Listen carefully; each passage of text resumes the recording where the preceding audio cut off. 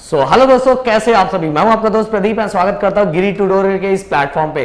Guys, आप सभी को बताएं कि धमाका सीरीज के तहत 7th 8th 9th 10th 11th 12th हर क्लास के सभी वीडियो लेक्चर्स कंटिन्यू आ रहे हैं। आपको क्या करना है, सपोर्ट दिखाना है। अगर आपको चाहिए कि सर कंटिन्यू लेक्चर्स लाते रहो तो आप प्यार एंड सपोर्ट दिखाओ, हमारे लेक्चर्स कंटिन्यू आते रहेंगे। गाइस, 11th स्टैंडर्ड का फर्स्ट जो हमारे यूनिट एंड मेजरमेंट फिजिक्स का है वो कंटिन्यू 2 लेक्चर्स हो चुके हैं। ये हमारा 3rd लेक्चर, जिसने नहीं देखा होगा प्लेलिस्ट में है ऑलरेडी। तो गाइस, आज हम देखने वाले यूज ऑफ डायमेंशनल एनालिसिस।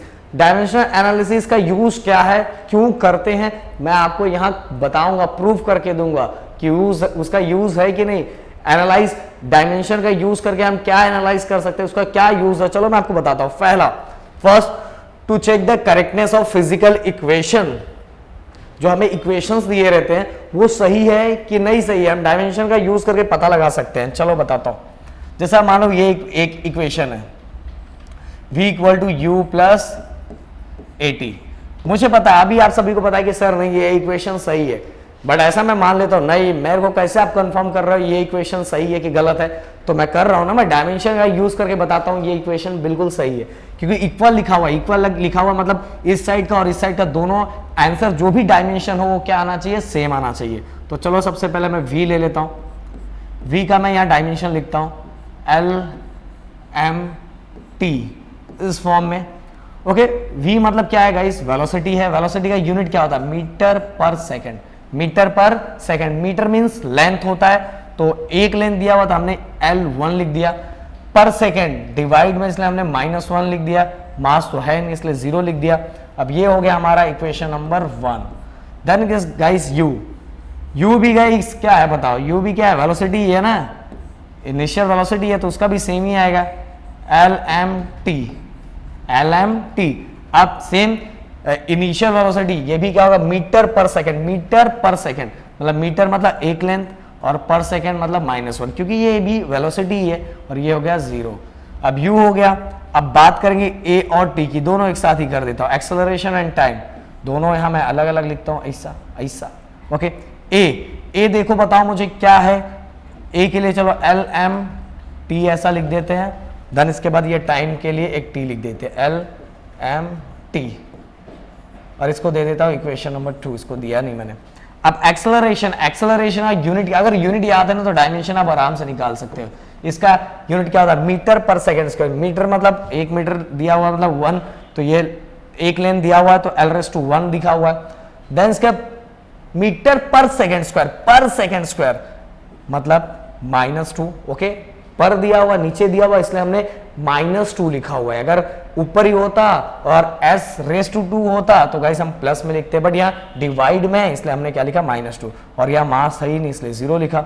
अब गाइस एक्सेलरेशन का मैंने लिख दिया t मतलब टाइम, तो टाइम के अंदर लेंथ एंड मास दोनों रहेगा और 0 रहेगा, और टाइम क्या रहेगा, 1 रहेगा। अगर अब मुझे टोटल AT का निकालना है, किसका निकालना है, AT का, तो डायरेक्ट LMT। आप सभी को पता है कि अगर बेस सेम है तो जो इसका पावर होता है वो प्लस हो जाता है। 1 + 0 कितना होगा, 1 होगा। ओके, अब 0 + 0 कितना होगा, 0 होगा, क्योंकि मुझे AT का फाइंड करना है ना। देन t -2 एंड 1 मतलब -2 + 1 कितना हो जाएगा, प्लस माइनस ये हो जाएगा -1। ओके, अब गाइस ये दे दो इक्वेशन नंबर 3। अब ध्यान से चेक करो, v की वैल्यू L1 m0 t -2 सही है, u की value L1 m0 and t -2 सही है। सेकंड, ये दोनों सेम है। एंड थर्ड देखते जो हमारा AT है, AT का भी चेक करो, L1 m0 एंड t -1। तो v का भी वही आंसर है, u का भी आंसर वही है, AT का भी वही आंसर है। इससे हमें पता चल रहा है कि जो हमारा इक्वेशन दिया हुआ है वो इक्वेशन क्या है, करेक्ट है। तो हम डायमेंशन का यूज करके जो भी हमें फिजिकल इक्वेशंस दिए रहते हैं हम पता लगा सकते हैं वो इक्वेशन सही है कि नहीं सही है, क्योंकि हमारा पता चल गया ना कि तीनों का सेम हमारा क्या लग रहा है, बोलू पता चल गया कि नहीं आपको, तो तीनों का सेम आ रहा, तो हमारा आंसर क्या हो गया, सही हो गया। अब गाइस एक और यूज देखते हैं। अभी देखो ये सामने आपको ये फॉर्मूला है, T = ये कोनिकल पेंडुलम का फॉर्मूला दिया हुआ है, बट अभी आपको नहीं है तो चलो मैं ऐसे बता देता हूं। तो t = 2 π √L/g। Okay, sorry simple pendulum का ये हमें दिया हुआ है, फॉर्मूला दिया हुआ है t equal to 2 pi under root l upon g, ये दिया हुआ है। बट इन केस हमें नहीं दिया हुआ है, हमें फाइंड करना है कि बताओ भाई जो सिंपल पेंडुलम के अंदर ओके स्ट्रिंग का जो लेंथ है और जो ग्रेविटी है उसके बीच में टाइम पीरियड का क्या रिलेशन होगा।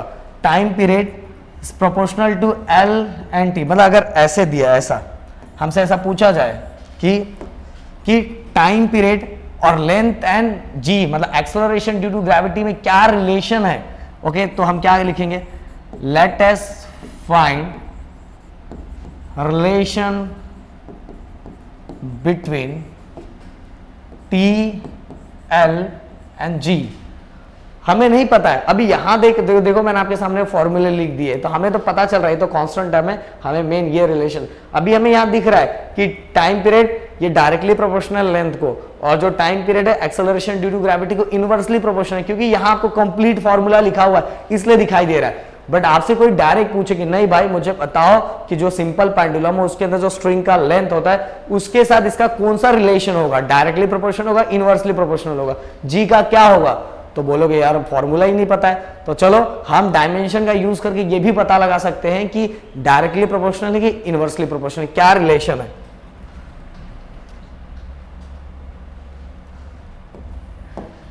सो गाइस अब लिखते हैं T is proportional to L raised to A और G raised to B। अब सर आपने A B क्यों लिखा हुआ है, देखो सिंपल सी बात है, अगर मेरा आंसर माइनस में आएगा तो ये G कहां चला जाएगा, डिवाइड में। इससे हमें पता चलेगा कि T के साथ जो रिलेशन है, T के साथ जो G का रिलेशन है वो रिलेशन कैसा है, इनवर्स रिलेशन है। अगर ये पॉजिटिव में ही रहेगा तो हम बोलेंगे T के साथ जो रिलेशन है वो क्या है, डायरेक्ट रिलेशन है। तो अब चलो आगे सॉल्व करेंगे, समझ में आ जाएगा। ये प्रोपोर्शनल के साइन को हटा के हम कांस्टेंट लिख देते हैं, क्योंकि यहाँ कांस्टेंट हम 2 पाई है। तो अभी हमें कांस्टेंट से मतलब नहीं है, हमें T का L और G से मतलब है। तो हम लिखते हैं L के लिए एक ले लेते हैं और एक G के लिए हमने ये जो लिखा ऊपर है। ओके अब गाइस सभी का डायमेंशन लिखेंगे, L M T, सेम यहाँ लेंथ का भी dimension L M T, same यहाँ G का डायमेंशन L M T, और ये वाला इसका A लिखा था और हमने B लिखा था, क्योंकि यही पता लगाएगा, नहीं यही हमें बताएगा कि चीजें प्लस में है कि माइनस में, प्लस में कि माइनस में, वही वो बताने वाला है। अब गाइस अभी ये हमने लिख दिया। अब ध्यान दो एकदम, टाइम पीरियड जो होता है वो टाइम के अंदर आएगा, तो ये 0 हो जाएगा, ये 0 हो जाएगा और ये 0 हो जाएगा, ये कितना आ जाएगा, 1 आ जाएगा। ओके अब लेंथ, ये L है, लेंथ है, तो इसके अंदर ये 0 हो जाएगा, ये 0 हो जाएगा, और लेंथ की जगह पे क्या आ जाएगा, 1 आ जाएगा। एक्सेलरेशन ड्यू टू ग्रेविटी का भी वही यूनिट होता है, वो होता है मीटर पर सेकेंड स्क्वायर। मीटर मतलब एक लेंथ, पर सेकेंड स्क्वायर मतलब ये क्या हो जाएगा, -2, और ये मास क्या हो जाएगा, 0 हो जाएगा। ओके ये पूरी तरह से मिल गया। तो एक बार मैं यहां और लिखता हूं अच्छे से, L0 m raised to 0 and t raised to 1। अब गाइस जो देखो ये पावर में जो भी है, जो हमें पावर दिया हुआ A, ये अंदर क्या हो जाएगा, सब जगह मल्टीप्लाई। तो 1 को A से मल्टीप्लाई करोगे तो कितना आ जाएगा, A आ जाएगा। 0 को A से मल्टीप्लाई करोगे तो क्या हो जाएगा, ये 0 हो जाएगा। ये 0 को A से मल्टीप्लाई करोगे तो ये भी क्या हो जाएगा, 0 हो जाएगा। तो ये हो गया काम, A का काम हमने तमाम कर दिया।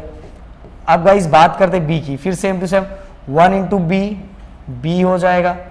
अगर मैं इस 0 को मल्टीप्लाई करूं तो 0 इंटू B हो जाए, सॉरी 0 इंटू B 0 हो जाएगा। देन इसके लास्ट में अगर मैं बात करूं -2 इंटू B, ये क्या हो जाएगा, -2B। ओके तो इस तरह की चीजें, बट अभी तक हमें सब चीजें पता नहीं चली है, हमें पता चला ही नहीं है कि क्या कौन डायरेक्टली प्रोपोर्शनल है, कौन। आप फॉर्मूले देख के तो बता सकते हैं, बट अभी ऐसा समझ के चलो कि आपको पता ही नहीं चला है क्या है। अब गाइस हम क्या करेंगे कि हम इसको पूरा कॉमन एक साथ ले लेंगे, कंबाइन ले लेंगे। कैसे कंबाइन करेंगे, L0 M0 t raised to 1 K। अब देखो बेस दोनों L है तो मैंने L रख दिया, और जब भी बेस सेम होता पावर क्या हो जाता है, प्लस हो जाता, तो ये पावर प्लस हो जाएगा, और पावर प्लस हो गया कितना हो जाएगा, पावर प्लस हो गया कितना हो जाएगा, a plus B, power plus हो गया a प्लस बी। अगर m की बात करूं तो m कितना 0 है तो वो 0 ही रहेगा। t की बात करूं 0 प्लस, देखो 0 प्लस माइनस 2b, तो प्लस माइनस क्या हो जाएगा, माइनस हो जाएगा, ये हो जाएगा 2b। ये आप सभी को पता है, ये आप सभी को पता है कि अगर जो बेस सेम होता है तो ऊपर के पावर क्या हो जाता है, प्लस हो जाता है। ये पावर क्या हो जाता है, प्लस, ये a है, हाँ सॉरी b सॉरी b, तो ये क्या है, a प्लस b हो गया। देन इसके बाद m रेस टू 0, 0 प्लस 0 0 हो गया, t रेस टू 0, जो ऊपर के पावर है वो क्या हो जा रहा है, प्लस, तो 0 0 प्लस ये यहां माइनस दिया, माइनस 2b, तो प्लस माइनस क्या हो जाएगा, माइनस। तो गाइस ये मिल गया, पर अभी तक हमारा आंसर हमें मिला नहीं है, तो हम करते हैं आगे। बहुत सिंपल सा है, कुछ इतना हार्ड नहीं है। हाँ हार्ड नहीं है, प्रैक्टिस करना पड़ेगा सर, हम लोग को प्रैक्टिस तो करना ही पड़ेगा भाई। अब गाइस हम क्या करेंगे, हम इक्वेट करेंगे, हमें आंसर चाहिए, इक्वेट करेंगे। तो minus two B equal to 1, इधर t वाले पावर को इसके वाले पावर से इक्वेट करेंगे, तो माइनस 2b, ये वाले पावर को इस वाले पावर के साथ इक्वेट करेंगे 1। अब गाइस मुझे b की वैल्यू चाहिए, तो ये 2 कहां जाएगा, डिवाइड में आ जाएगा, और डिवाइड में आएगा तो अपने साथ ये माइनस भी लाएगा। भाई बहुत लोग इक्वल की साइड लाते हैं, माइनस को प्लस में कर देते हैं। मैं 2 की बात कर रहा हूँ, 2 मल्टीप्लाई है, इक्वल की साइड आएगा तो डिवाइड में आएगा और अपने साइन को भी लेके आएगा, तो b इक्वल टू कितना आ गया, -1/2। b की वैल्यू -1/2 आ गई। अब हमें किसकी वैल्यू फाइंड करनी है, a की वैल्यू फाइंड करनी है ना, क्योंकि हमने क्या लिखा हुआ है, t is directly proportional to, sorry proportional अभी डायरेक्टली इनवर्सली है कि मुझे पता नहीं है, t is proportional to l raise to a g raise to b, तो b पहले आ चुका है, अब बात बताएंगे आंसर क्या है। देन इसके बाद अब हमें दूसरा, ये तो 0 है तो इसको इक्वेट करके मतलब नहीं है, अब l वाले को इक्वेट करते हैं, तो a प्लस b इक्वल कितना है, a प्लस बी इक्वेट कितना इक्वल है, 0। देखो देखो ये वाला l और ये वाला दोनों की पावर को इक्वेट करो, तो a प्लस बी उसका वाला पावर कितना, 0। अब गाइस a की वैल्यू कितनी दी थी, a की वैल्यू -1/2 है, तो -1/2 यहां रख दिया हमने। ओके, प्लस माइनस, ये प्लस माइनस क्या हो गया, माइनस हो गया। अब -1/2 इक्वल की साइड आएगा तो क्या होगा, प्लस हो जाएगा, तो ये हो जाएगा a इक्वल टू 1/2। तो गाइस a की वैल्यू कितनी आ गई, 1/2। अब करते हैं, हमें इक्वेशन कितना दिया था, ये देखो इक्वेशन, ये वाला t equal k l raise to a था, l रेज़ टू कितना था, a था, a की वैल्यू कितनी आई है, 1/2, एंड b की वैल्यू, सॉरी g की वैल्यू कितनी थी, देखो g, ये देखो g लिखा है ना, g raise to b, b की वैल्यू कितनी है, देखो b की वैल्यू -1/2। तो हमें इससे ये समझ में आ गया, अब 1/2 मतलब क्या था, रूट होता है, क्या होता है, रूट होता है, याद रखो 1/2 का मतलब कितना, रूट, पर ये प्लस में है इसलिए ये ऊपर रहेगा, और ये g माइनस में है इसलिए कहा जाएगा नीचे, और ये जो 1/2 ये क्या बता रहा है कि इसके ऊपर क्या है, स्क्वायर रूट है, तो 1/2 हमने हटा दिया और हमने क्या लगा दिया, रूट लगा दिया, और ये प्लस में था इसलिए l ऊपर आ गया, और ये माइनस में था इसलिए क्या आ गया, नीचे आ गया। तो देखो कांस्टेंट को छोड़ दो, कांस्टेंट हमें फाइंड करना था, अब चेक करो formula, t equal to constant term √L/G आ गया कि नहीं। तो गाइस डायमेंशन का यूज करके हम क्या फाइंड कर सकते हैं, हम फाइंड कर सकते हैं रिलेशन फाइंड कर सकते हैं कि जो हम इक्वेशन दिया है कि उनके बीच का रिलेशन क्या है, तो हमने फाइंड कर लिया कि t is directly proportional to length है और इनवर्सली प्रोपोर्शनल क्या है हमारा, एक्सेलरेशन ड्यू टू ग्रेविटी। अब चलते गाइस थर्ड, जो हमारा लास्ट है, to find the conversion factor between the unit of same physical quantity into different system of unit. इसका मतलब क्या है, अगर मैं आपसे क्वेश्चन पूछूं कि 1 metre equal to how much centimetre, तो बोलोगे sir 1 metre equal to 100 centimetre. तो अब मीटर और सेंटीमीटर दोनों सेम फिजिकल क्वांटिटी है, सेम फिजिकल क्वांटिटी मतलब दोनों लेंथ की बात है, बट सिस्टम ऑफ यूनिट अलग है। सिस्टम ऑफ यूनिट मतलब मीटर ये SI है, सेंटीमीटर क्या है, CGS है। ओके, फिजिकल क्वांटिटी मतलब दोनों सेम फिजिकल क्वांटिटी, मतलब दोनों लेंथ ही है, बट दोनों का सिस्टम ऑफ यूनिट अलग है। एक एसआई है जिसको बोलते हैं मीटर, और दूसरा सी जो सेंटीमीटर है वो क्या है, सीजीएस है। तो गाइस हमें क्या लिखा हुआ है कि सेम फिजिकल क्वांटिटी को डिफरेंट सिस्टम ऑफ यूनिट में चेंज करना है। सेम फिजिकल क्वांटिटी को, जैसे मैंने बोला 1 metre equal to how much centimetre, तो फिजिकल क्वांटिटी सेम है बट सिस्टम ऑफ यूनिट क्या है, अलग है। देखो लिखा same physical quantity into different system of unit. तो 1 मीटर कितना होगा, ये भी हम फाइंड कर सकते हैं। किससे फाइंड कर सकते हैं, डायमेंशन का यूज करके।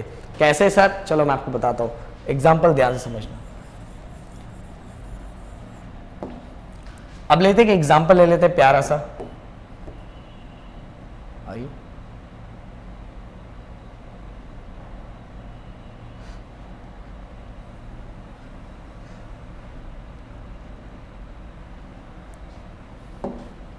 सो गाइस अब हम एक एग्जांपल ले लेते हैं कि 1 जूल इक्वल टू एक्स अर्ग। अब जूल और अर्ग दोनों सेम फिजिकल क्वांटिटी है, मतलब किसका फिजिकल क्वांटिटी, एनर्जी का। किसका है, एनर्जी का, बट दोनों का सिस्टम ऑफ यूनिट अलग है। जूल ये जो है वो एसआई यूनिट है एनर्जी का, और जो अर्ग है वो है सीजीएस यूनिट अर्ग, सीजीएस यूनिट एनर्जी का। दोनों एनर्जी का ही है, फिजिकल क्वांटिटी सेम है, पर सिस्टम ऑफ यूनिट अलग है। ये है सिस्टम ऑफ यूनिट किसका, एसआई, और ये सिस्टम ऑफ यूनिट कौन सा है, ये है सीजीएस। पर दोनों किसका है, फिजिकल क्वांटिटी एनर्जी का ही। But 1 joule equal to how much erg पूछे तो आप क्या करना, डायमेंशन का यूज करके पता लगा सकते हो। कैसे, चलो आपके सर बताते हैं।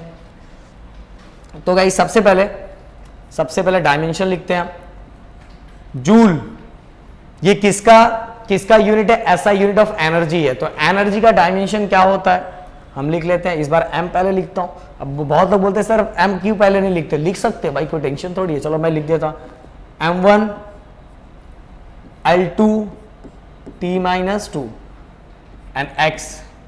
अर्ग की अगर मैं बात करूं तो अर्ग क्या है, अर्ग भी वही आएगा, वही डायमेंशन आएगा। क्यों वही डायमेंशन आएगा, क्योंकि एनर्जी दोनों का क्या है, एनर्जी ही दोनों का फिजिकल क्वांटिटी, मतलब ये दोनों कौन सी फिजिकल क्वांटिटी है, एनर्जी है, इसलिए इसका भी डायमेंशन सेम ही आएगा।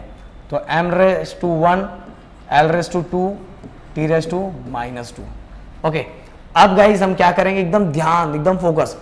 अब दोनों सेम ही है, दोनों का डायमेंशन सेम आ रहा है। देखो एसआई वाले का भी वही डायमेंशन है और सीजीएस वाले का भी वही डायमेंशन है, इसलिए हम इसको थोड़ा अलग कर देते हैं। यहां लिख देता हूं 1 1 1 और यहां लिख देता हूं 2 2 2। अब इससे पता चलेगा कि दोनों अलग अलग है।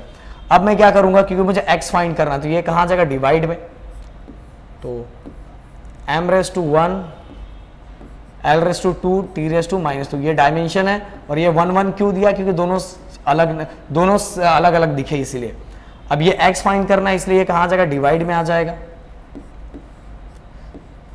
m⁻⁴ ये 2 आ गया, l⁻², ये नीचे 2 आ गया, और t⁻², और ये वाला 2, क्योंकि अलग अलग क्यों किया आपको बता दिया, क्योंकि सीजीएस है, ये एसआई है। ओके, अब यहां ध्यान देना, मैं थोड़ा दोनों को और अच्छे से कर देता हूं। m वाले को साथ में रख देता हूं, क्योंकि दोनों का डायमेंशन 1 1 है। तो मैं ऐसा लिखता हूं m1/m2, और दोनों का डायमेंशन क्या है, 1, ऐसा लिख दिया मैंने। दूसरा L1/L2, और दोनों का डायमेंशन कितना है, 2, मैंने लिख दिया। देन t की बात करूं, T1/T2, दोनों का डायमेंशन कितना है, -2 equal to x। So guys लिख दिया। अब याद रखो, जो ये ऊपर वाला था ये SI है, क्या है, SI, और जो नीचे वाला वो क्या है, CGS है। तो अगर मैं m मतलब क्या होता है, मास का SI यूनिट क्या होता है, kg होता है, और m2 ये क्या है, ये इस साइड वाला CGS है ना, तो मास का CGS यूनिट क्या होता है, ग्राम होता है। ओके, समझ में आया कि नहीं। तो हम रेस टू कितना लिख रहे हैं, 1 लिख दे रहे। ओके, अब बात करूं मैं L1 की बात करूं, L1 ये वाला लेंथ का ऐसा यूनिट क्या होता है, मीटर होता है, मीटर, और सीजीएस यूनिट कितना होता है, सेंटीमीटर, और ये हमने लिख दिया ऊपर 2। देन इसके बाद टाइम का इसका भी सेकंड होता है और इसका भी क्या होता है, सेकंड होता है। तो ये हो जाएगा -2। ओके, सो गाइस अब ध्यान से एकदम फोकस लगा केजी, मतलब 1 kg इक्वल टू कितना ग्राम होता है, 1000 ग्राम। ओके, 1000 ग्राम, और यहां ग्राम ऐसे ही रखो, कन्वर्जन फैक्टर चाहिए ना हमको। अब इसके बाद इक्वल टू x लिखते जाओ, देन इसके बाद into metre, 1 metre equal to कितना सेंटीमीटर, तो इस मीटर को भी हम सेंटीमीटर में कन्वर्ट कर रहे हैं, कितना होता है, जैसे हमने केजी को ग्राम में कन्वर्ट किया, तो यहां मीटर तो 100 सेंटीमीटर, और ये नीचे वाला सेंटीमीटर ऐसे ही रखते हैं, और ये हो गया 2। देन इसके बाद गाइस अब ये सेकंड है, -2, ये तो वैसे ही y क्या हो जाएगा, कैंसिल हो जाएगा, हमारे पास बस काम बस यही बचेगा, और इक्वल टू, इसलिए मैं डायरेक्ट इसको ऐसे लिख देता हूं, इक्वल टू x।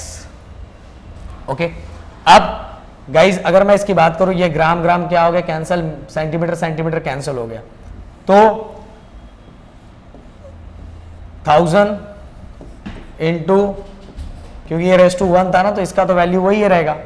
अब 100 into 100 equal to x, 100 into 100, अब ये 100 है, 2 टाइम लिखा, 100 इंटू 100 तो कितना हो गया, क्योंकि स्क्वायर था इसलिए 2 बार लिख दिया, 1 2 3 4 5 6 7, तो ये कितना हो गया 7, ऐसा लिख सकता हूँ 10⁻⁷, ऐसा लिखते हैं ना, आपको पता होगा, नहीं पता होगा, अब 11 तो पहली बार है तो बता रहा हूँ। 1 2 3 4 5 6 7, तो कितना 0 है, 10⁻7 0 है, इसलिए मैंने 10⁻7 लिख दिया, इक्वल टू x। तो गाइस x की वैल्यू कितनी आ गई, x की वैल्यू क्या आ गई, x इक्वल टू 10⁻7 आ गया, तो हम यहाँ लिख सकते हैं ना। अब इसको दे दो फ्रॉम 1 दे दो अगर चाहिए तो ये कैसा हो जाएगा, 1 जूल इक्वल टू x की वैल्यू कितनी है, x की वैल्यू कितनी है, 10⁻7 है ना, तो ये हो जाएगा 10⁻7 अर्ग। हो गया खत्म, हमें फाइंड हो गया, हमें पहले पता नहीं था, वहां x की वैल्यू हमें वो x फाइंड करना था, तो 1 जूल इक्वल टू 10⁻7 अर्ग। मेरे ख्याल से गाइस एकदम सिंपल सा, तीनों चीजें मैंने बहुत अच्छी तरीके से बताई। आप वीडियो को अगर पीछे आगे करके देखोगे ना, तो आप आराम से सब चीजें लिख लो। तो अगर वीडियो पसंद आए तो वीडियो को लाइक शेयर सब्सक्राइब एंड अपना सपोर्ट एंड प्यार बनाए रखना। Thank you so much guys and जय हिंद।